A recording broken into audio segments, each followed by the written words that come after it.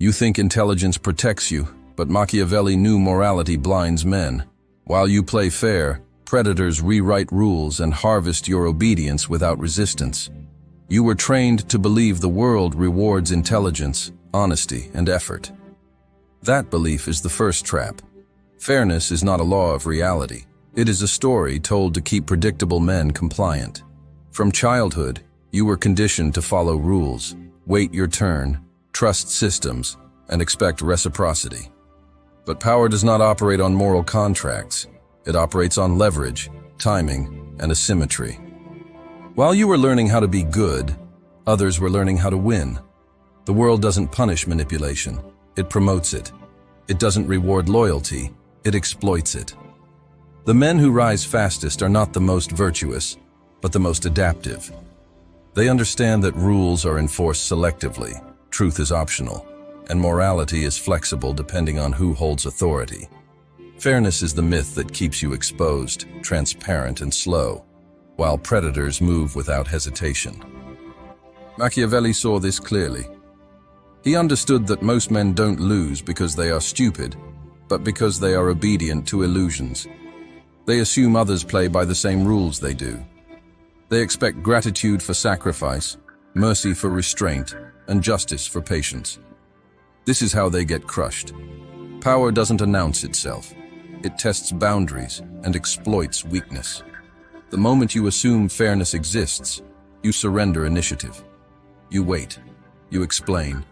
You justify. Meanwhile, someone else acts. They take credit, rewrite narratives, control perception, and move ahead while you're still deciding what's right.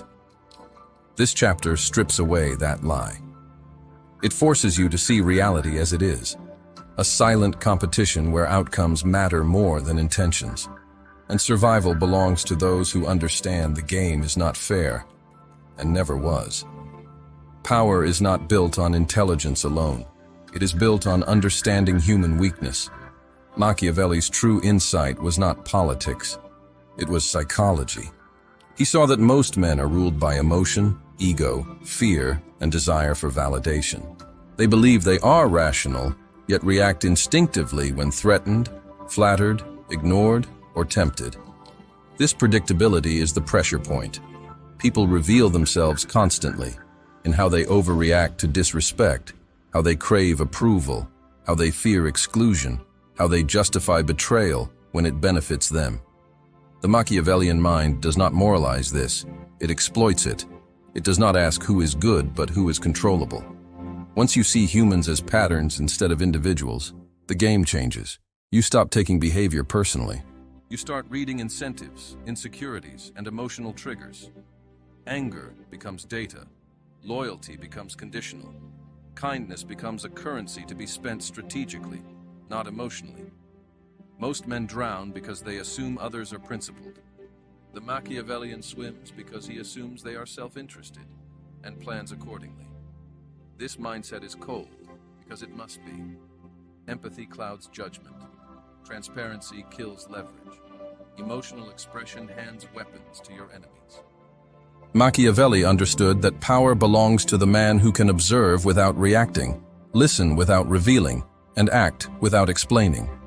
While others vent, he collects information. While others seek fairness, he engineers outcomes. The Machiavellian mind treats every interaction as a negotiation of power, spoken or unspoken. Who needs whom more? Who fears loss? Who overvalues approval? These questions decide dominance long before words do. This chapter reprograms you to stop engaging emotionally and start operating strategically. To see social life not as connection, but as positioning. Not as morality, but as movement. Once you adopt this lens, you become dangerous. Not because you are cruel, but because you are no longer blind. You stop being manipulated by appearances and start manipulating reality itself. There are two types of men in every hierarchy, the ones being used and the ones doing the using. The naive man doesn't see himself as weak. He sees himself as good. He is loyal without leverage, honest without protection, and predictable in his reactions. He believes consistency is character, Transparency is virtue, and being liked is safety. This makes him useful and disposable. He over-explains, over-commits, and overexposes. When he's wronged, he seeks fairness instead of advantage. When he's overlooked, he works harder instead of repositioning. His identity is tied to how others perceive him, which makes him easy to steer. He is rewarded with responsibility, not power, with trust, not control, with praise, not protection. History is filled with these men, capable, intelligent, morally upright, and quietly erased once they outlived their usefulness. The strategist operates on a different frequency. He does not confuse virtue with vulnerability. He understands that roles are masks, not identities. He speaks less, watches more, and reveals only what advances his position. Where the naive man seeks approval, the strategist engineers dependence. Where the naive man reacts emotionally, the strategist delays and lets others expose themselves. He does not rush to be seen as good. He waits to be necessary. His loyalty is conditional. His silence is deliberate. His unpredictability keeps others cautious. This chapter forces a brutal self-audit. Which archetype have you been performing? Because this is not a personality difference. It's a survival divide. One man is consumed by the system, the other feeds on it, and the world does not warn you when it decides which one you are. Virtue without power is an invitation to be dominated. History does not celebrate the kind. It remembers the victorious. Every empire, institution, and hierarchy proves the same law. Those who cling to moral purity without leverage are removed by those willing to act without it. Mercy is only respected when it is optional. Honesty only works when deception fears exposure. The moment virtue becomes your identity, it becomes your cage. You hesitate when you should strike. You forgive when you should remember. You explain when you should act. This is how power consumes virtue, not through evil but through efficiency. Those who rise understand that morality is a tool, not a religion. They apply it selectively, discard it strategically, and weaponize it when it benefits perception. Meanwhile, the virtuous man clings to consistency, unaware that consistency makes him predictable, and predictability makes him vulnerable. Machiavelli did not hate virtue. He understood its cost. He watched leaders fall not because they were cruel, but because they were merciful without teeth, because they trusted the untrustworthy, because they delayed decisive action in the name of fairness. Power punishes hesitation. Human nature exploits restraint. When you choose virtue over dominance, you are not choosing goodness, you are choosing exposure. This chapter strips away the fantasy that being morally superior protects you. It doesn't. It isolates you, slows you, and marks you as safe to exploit. Power respects strength first, virtue second, if at all. Until you accept this, you will keep losing battles you never saw coming. The world does not ask whether you were right. It asks whether you remained standing. Machiavelli's laws are not philosophy. They are instruments. They were never meant to make you wise or virtuous. They were designed to make you effective. Each law exists to solve a single problem: how to maintain advantage over other men in an environment defined by competition, scarcity, and deception. When you treat these laws as ideas, you debate them. When you treat them as weapons, you apply them. Weapons are not judged morally. They are judged by results. Silence is not politeness, it is concealment. Deception is not lying, it is misdirection. Fear is not cruelty, it is deterrence. Reputation is not ego, it is armor.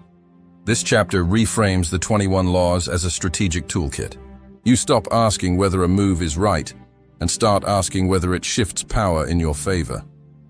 That mental shift alone separates operators from observers. Most men fail because they cherry-pick these laws emotionally. They apply them only when comfortable, abandon them when guilt appears, and hesitate when resistance emerges. That inconsistency nullifies power. The strategist understands that timing, restraint, and calibration matter more than intention. You do not dominate constantly. You dominate precisely. Sometimes you withdraw to create scarcity. Sometimes you reward to create dependence. Sometimes you strike to set boundaries. These laws are situational, not sentimental. This chapter conditions you to think like a tactician, not a philosopher. To see every interaction as terrain, every relationship as leverage, every silence as pressure. Once internalized, the laws stop feeling dark and start feeling obvious. Because they do not change human nature, they simply stop you from being blind to it. Power cannot coexist with the identity you were trained to protect. The good man, the agreeable man, the emotionally open man, these identities are liabilities in competitive environments. They were designed for cooperation, not dominance. To rise, that identity must die. Not publicly, not dramatically, but internally, permanently. This chapter initiates that death.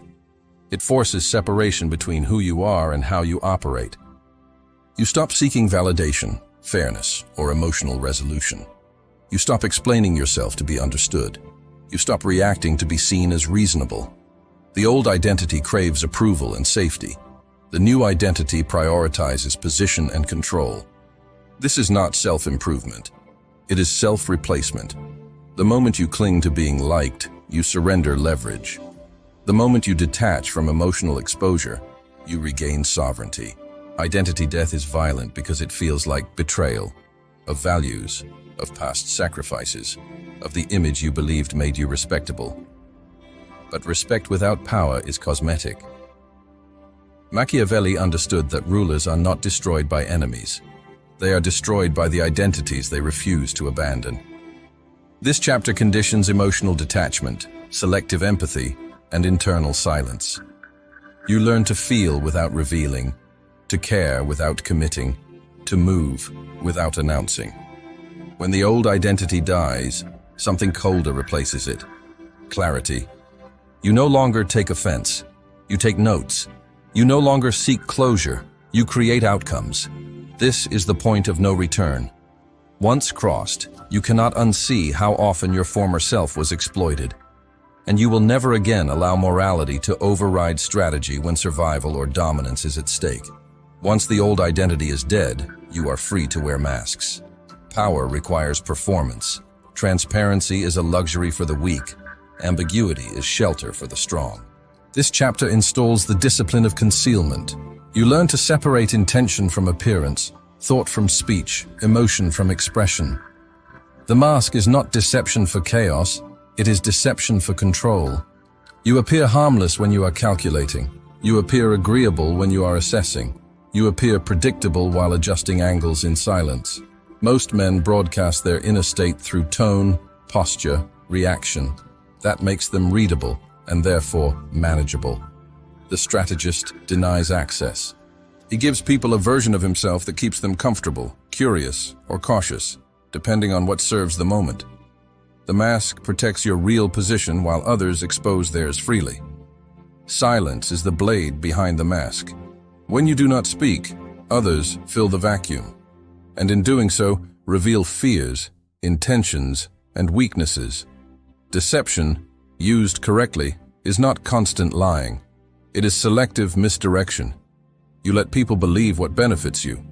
You confirm their assumptions when they are wrong. You never rush to correct narratives that serve your advantage. This chapter conditions patience over impulse, stillness over reaction. You stop defending yourself because defense invites scrutiny. You stop oversharing because information is leverage. In a world where everyone is loud, emotional, and desperate to be seen, the man who moves quietly becomes untouchable. They cannot predict him. They cannot provoke him. They cannot position against him. Because they never see the real man, only the mask he allows them to see. 2. Control does not begin with force.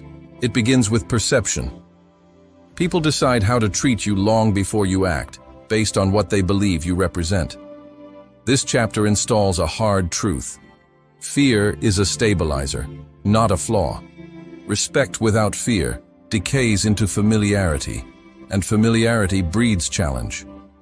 Machiavelli understood that being loved is unstable because love is conditional and emotional. Fear, when calibrated, is consistent. It creates hesitation. It introduces cost. Your reputation becomes the delivery system for that fear. A reputation for calm retaliation, for memory, for boundaries quietly enforced. You do not need to threaten. Your history does it for you. The man with a controlled reputation walks into rooms already advantaged. People choose words carefully around him. They hesitate before crossing him. That hesitation is power. This chapter conditions you to treat reputation as armor. You never engage in battles that make you look small. You never react publicly to disrespect. You resolve it privately or strategically. Wins are made visible, struggles are hidden. You let stories circulate that frame you as competent, detached, and difficult to manipulate. Not cruel, precise. Fear does not mean chaos, it means predictability of consequence. When people know that overstepping costs them access, opportunity, or peace, control emerges naturally. You no longer need to dominate openly. Order forms around you. This is how rulers maintain stability without constant enforcement. This chapter completes the shift from internal discipline to external control. Once fear and reputation align, power sustains itself, even in your absence. Predictability is the weakness professionals wait for. The moment others can model your behavior, they can prepare against it. They know how you react to disrespect, how long you tolerate pressure, when you retreat, and when you explode. This chapter eliminates that vulnerability. Power thrives in uncertainty. When people cannot anticipate your moves, they hesitate, and hesitation creates openings. You disrupt patterns deliberately. You delay when expected to respond. You act suddenly where patience was assumed. You remove emotional tells. This unpredictability forces others into a defensive posture, wasting energy trying to read you while you move freely. They start reacting to possibilities instead of facts, which hands you psychological control without effort. Preemptive strikes are the physical expression of this principle.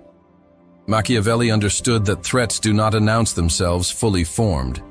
They grow quietly. The strategist does not wait for proof or consensus. He acts while the threat is small, disorganized, and deniable. This does not mean reckless aggression. It means decisive intervention, cutting access, repositioning allies, undermining influence, ending trajectories before they mature. Most men delay action out of fear of appearing unfair or overreactive. By the time they feel justified, it's too late. This chapter retrains your sense of timing. You stop asking for certainty and start acting on patterns. Power favors those who end problems early and quietly. Once mastered, unpredictability combined with preemption makes you structurally difficult to challenge. Because by the time others realize you moved, the game is already over.